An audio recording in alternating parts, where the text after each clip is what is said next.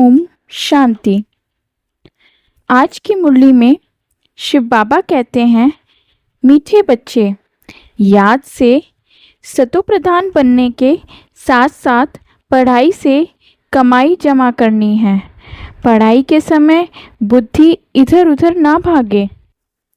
प्रश्न है, तुम डबल अहिंसक अननोन वॉरियर्स की कौन सी विजय निश्चित है और क्यों? इसका उत्तर शिव बाबा ने दिया है, तुम बच्चे जो माया पर जीत पाने का पुरुषार्थ कर रहे हो, तुम्हारा लक्ष्य है कि हम रावण से अपना राज्य लेकर ही छोड़ेंगे। यह भी ड्रामा में युक्ति रची हुई है। तुम्हारी विजय निश्चित है क्योंकि तुम्हारे साथ साक्षात परमपिता परमात्मा है। तुम योग बल से विजय पाते हो। मन मना भव के महामंत्र से तुम्हें राजाई मिलती है। तुम आधा कल्प राज्य करोगे।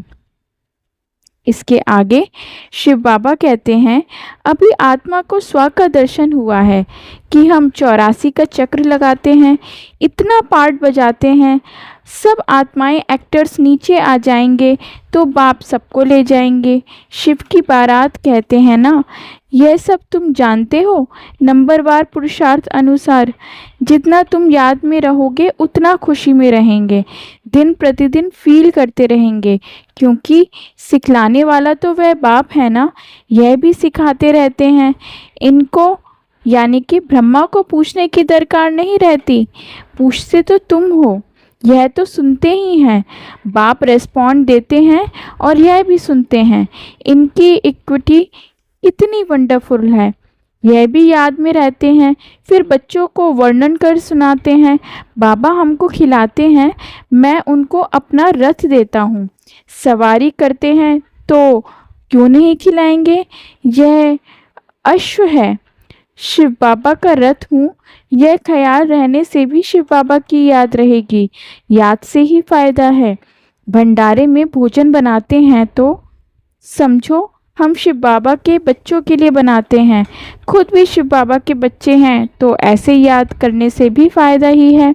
सबसे जास्ती पद उनको मिलेगा जो याद में रह कर्मातीत अवस्था को पाते हैं और सर्विस भी करते हैं। यह बाबा भी बहुत सर्विस करते हैं ना, इनकी बेहद की सर्विस है। तुम हद की सर्विस करते हो, सर्विस से ही इनको भी पद मिलता है। शिव बाबा कहते हैं ऐसे ऐसे करो, इनको भी राय देते हैं। तूफान तो बच्चों को आते हैं, सिवाय याद के कर्मेंद्रियां वश होना मुश्किल है। याद से ही बेड़ा पार होना है। यह शिव बाबा कहते हैं या ब्रह्मा बाबा कहते हैं, यह समझना भी मुश्किल हो जाता है। इसमें बड़ी महीन बुद्धि चाहिए। आज की धारणा के लिए मुख्य सार, इस समय पूरा मर्जीवा बनना है। पढ़ाई अच्छी तरह पढ़नी है, अपना चार्ट व रजिस्टर रखना है, याद में रहे अपनी कर्मातीत अवस्था बनानी है। अंतिम विनाश की सीन देखने के लिए हिम्मतवान बनना है। मैं आत्मा हूँ, इस अभ्यास से शरीर का भान टूटता जाए। आज का वरदान, देह भान का त्याग कर निक्रोधी बनने वाले निर्माणचित भव। जो बच्चे देव का भान त्याग देते हैं उन्हें कभी भी क्रोध नहीं आ सकता, क्योंकि क्रोध आने के दो कारण होते हैं। एक, जब कोई झूठी बात कहता है, और दूसरा जब कोई ग्लानि करता है। यही दो बातें क्रोध को जन्म देती हैं। ऐसी परिस्थिति में निर्माणचित के वरदान द्वारा अपकारी पर भी उपकार करो।